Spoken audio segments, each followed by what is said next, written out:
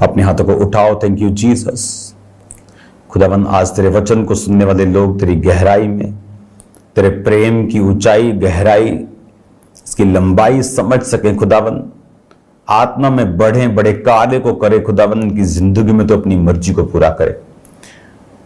तूने कहा तू बच, तेरा घराना बचाया जाएगा। ये बच्चे अपने घराने को बचाए और बड़े कामों को अपनी जिंदगी में होता हुआ देखें। आज के समय को तेरे हाथों में सौंपते हैं। खुदावन, तेरा आत्मा कार्य करे, बात करे इनकी जिंदगियों से, प्रभु यीशु के नाम में, आमीन आमीन। Hallelujah. God bless you all. प्रेरितों के काम आरंभिक कलीसिया रिजल्ट में थी, हीलिंग, डिलीवरेंस, मुर्दों को जिंदा होते हुए देखती थी, सोल्स बचते हुए देखती थी। हजारों हजारों लोग एक दिन में बपतिस्मा लेके बच जाते थे, क्योंकि वो जीसस क्राइस्ट के लाइफस्टाइल को फॉलो कर रहे थे। हम जीसस के फॉलोअर हैं और कभी प्रेयर नहीं की, नाइट प्रेयर, तो क्या हम फॉलो कर रहे हैं? हमारा प्रार्थना करने का कोई स्थान नहीं है, कोई स्पेशल प्लेस नहीं है, कोई स्पेशल वैल्यू नहीं है उन चीजों की हमारी स्पिरिचुअल लाइफ में, और इसीलिए वो उतना रिजल्ट भी नहीं है जो होना चाहिए। हालेलुया। जीसस ने कहा था कि तुम मुझसे भी बड़े बड़े कार्यों को करोगे। जब सुलेमान सफल हुआ तो रीजन क्या था? उसने दाऊद की जिंदगी को फॉलो किया। दाऊद जो राजा की कुर्सी तक पहुंचा, शाऊल उसको मार नहीं सका, उसके भाइयों के मध्य में उसका अभिषेक किया गया, कोई भी राजा उसको हरा नहीं सका। आप इमेजिन करो, कोई राजद्रोह की गोष्ठी, जैसे यानी कोई साजिश राजद्रोह की, कि राजे को मार कर उसको किसी भी तरह से हटाकर, प्लानिंग करके, प्लॉटिंग करके, तो ये राजाओं के खिलाफ बहुत होता था। इमेजिन करो अपने बुढ़ापे में, जब वो एक तरह का रिटायर्ड राजा बोल सकते हैं कि कम आता था, तो भी उसको लोग हटा नहीं पाए। सुलेमान को एग्जैक्टली मालूम था कि उसके बाप की सफलता का राज क्या है, और उसने एग्जैक्ट फॉलो किया। बाकी बच्चे, कोई इस मुश्किल में रह गया, इस कंफ्यूजन में रह गया कि मेरा दादा, मेरा नाना राजा है, क्योंकि दाऊद की जो एक पत्नी थी जो राजकुमारी थी, उसने बहुत से राजकुमारियों जो दूसरे राजा थे उनकी बेटियों से भी शादी की थी। तो वो बेटे जो राजकुमारियों से पैदा हुए थे, जिनके नाना राजा थे, तो उनको ज्यादा एक्सपीरियंस था, बैकग्राउंड थी, ब्लड लाइन में ही वो ऐसे थे, और इसीलिए वो मार खा गए। उन्होंने स्पिरिचुअल लाइन को फॉलो करना मुनासिब नहीं समझा, और सुलेमान उस चीज को फॉलो कर पाया जो दाऊद फॉलो करता था। अब एक बाप नहीं चाहता कि उसके बच्चों की लाइफ में रिजल्ट ना हो। जीसस क्राइस्ट ने कहा, मैंने तुम्हें चुना और ठहराया कि तुम बहुत सा फल लाओ। लेकिन अगर मुझे जीसस क्राइस्ट सा फल लाना है तो मुझे जीसस क्राइस्ट के जैसा ही बनना पड़ेगा।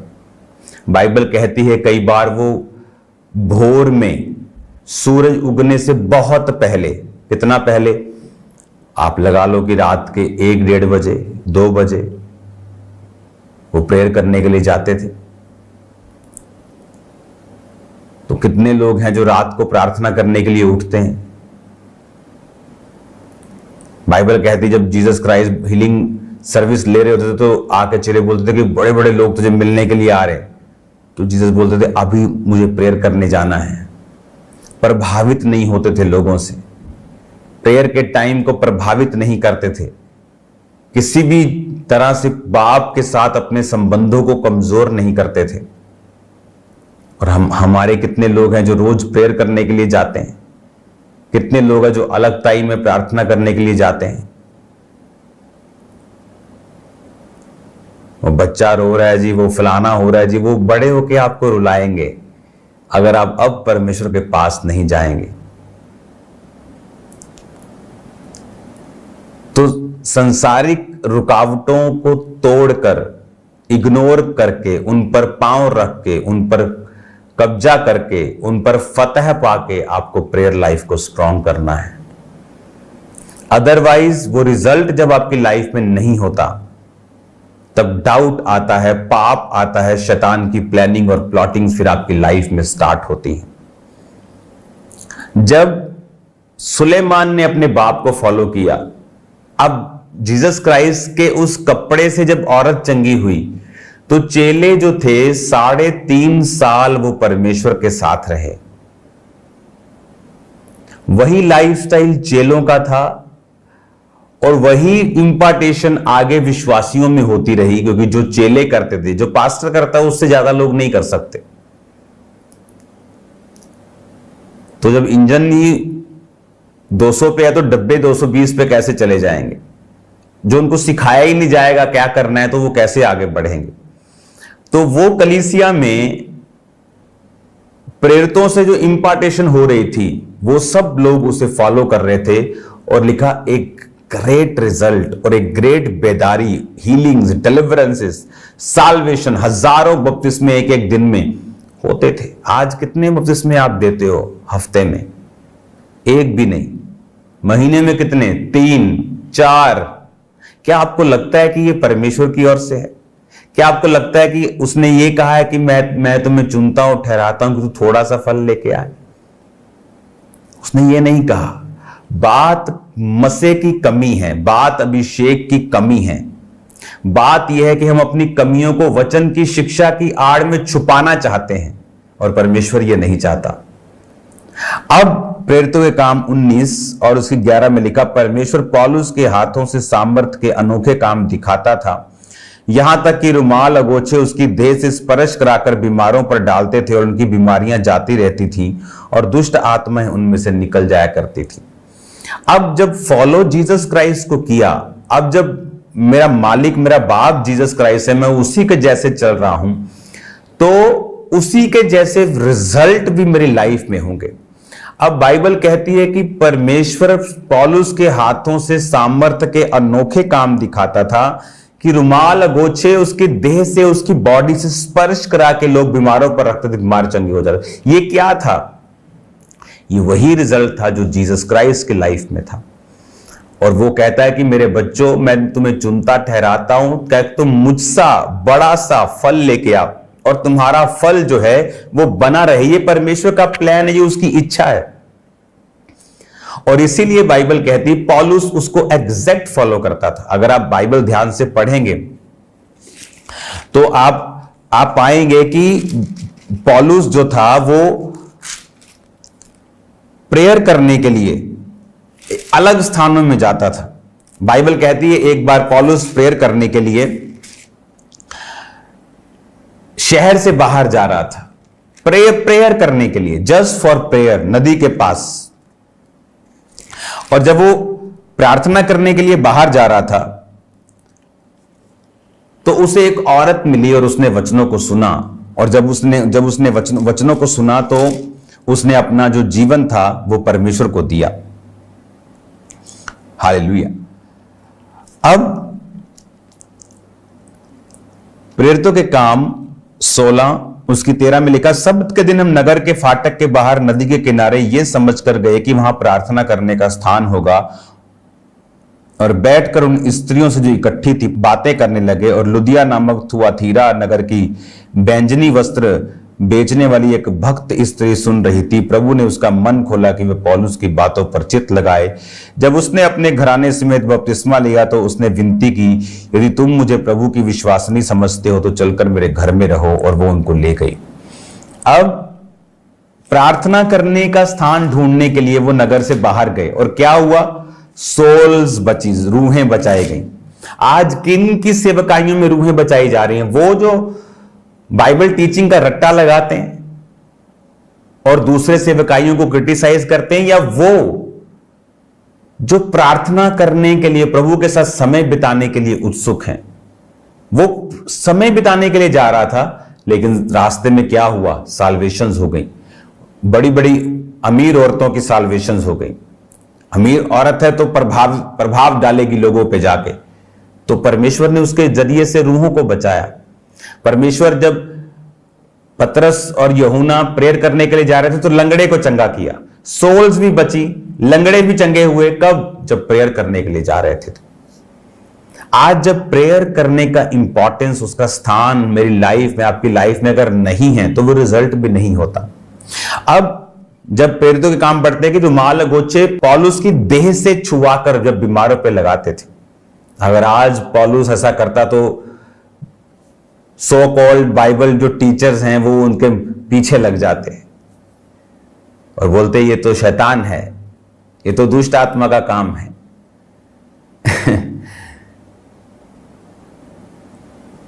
आप जीसस क्राइस्ट की तरह रिजल्ट लाने के लिए बुलाए गए हैं।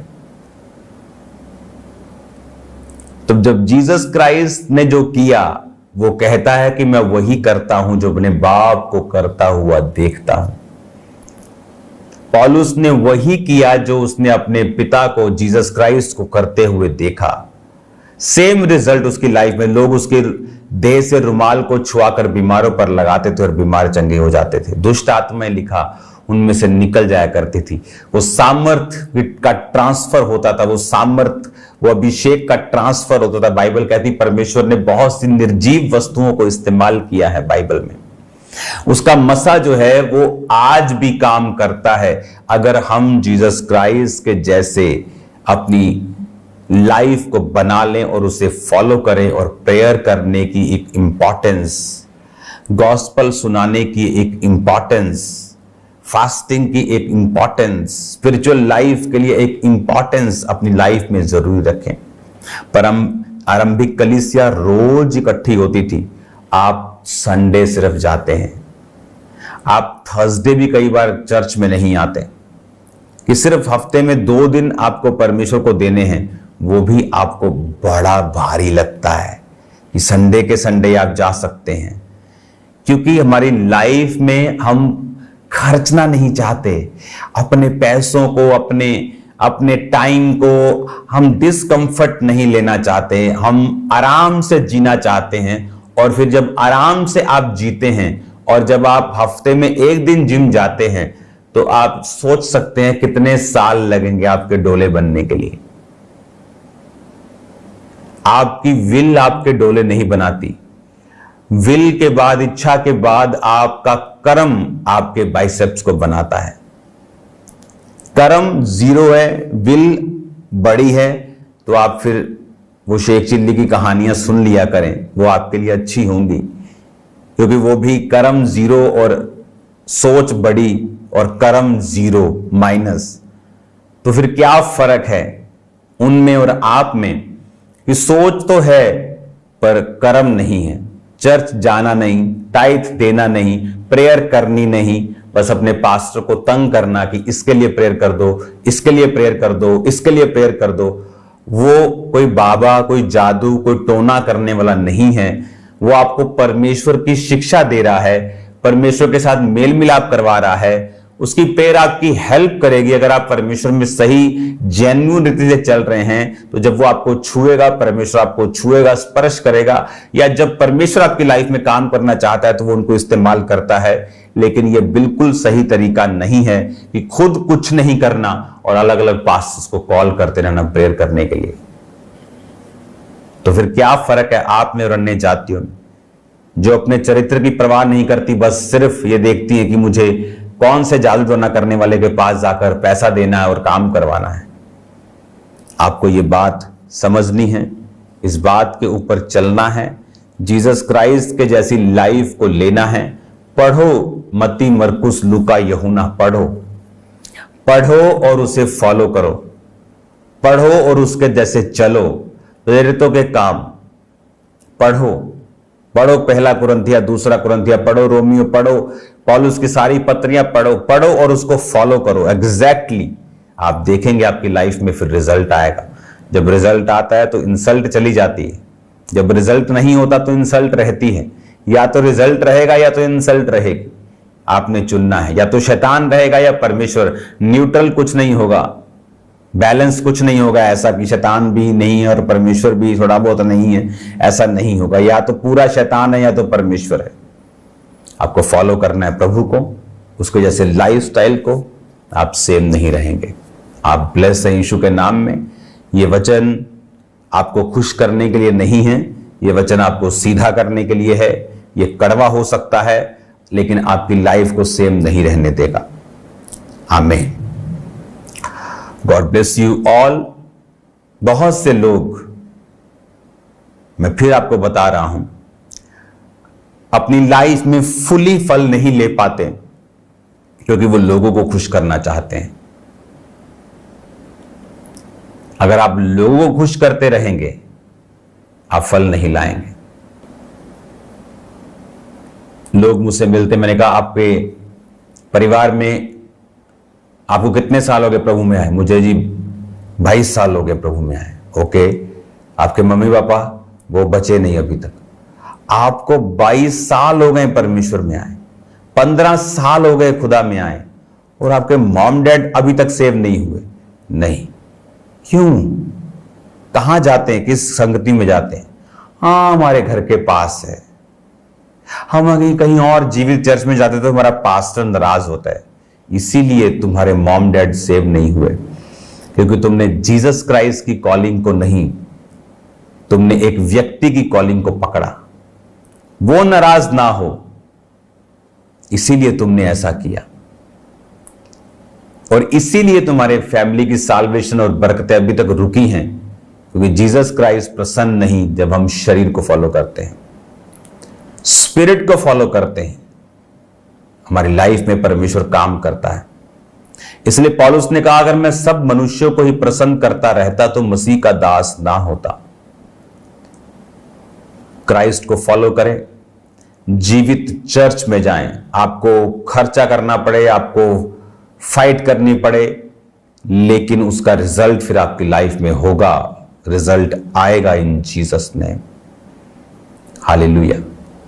अपने मेंटर को मिलना जरूरी नहीं, सुनना बहुत जरूरी है। अगर आप शिक्षा सुन सकते हैं, आप फिजिकली एक चर्च में जाके आप सुसमाचार टीम में हैं, आप शिक्षा सुन रहे हैं, आप सेम नहीं होंगे। आप ब्लेस होंगे, आप ब्लेस होंगे यीशु मसीह के नाम में। अपनी आंखों को बंद करो, अपने हाथों को उठाओ। खुदावन आपको बरकत दे, वो आपको ब्लेस करे, वो आपकी हदों को बढ़ाए, प्रभु यीशु मसीह के सामर्थी नाम में। आमीन, आमीन। आज शाम को मिलते हैं खुदावंत की प्रेजेंस में, प्रेयर माउंटेन में। खुदावंत का आत्मा आपके साथ हो। God bless you all.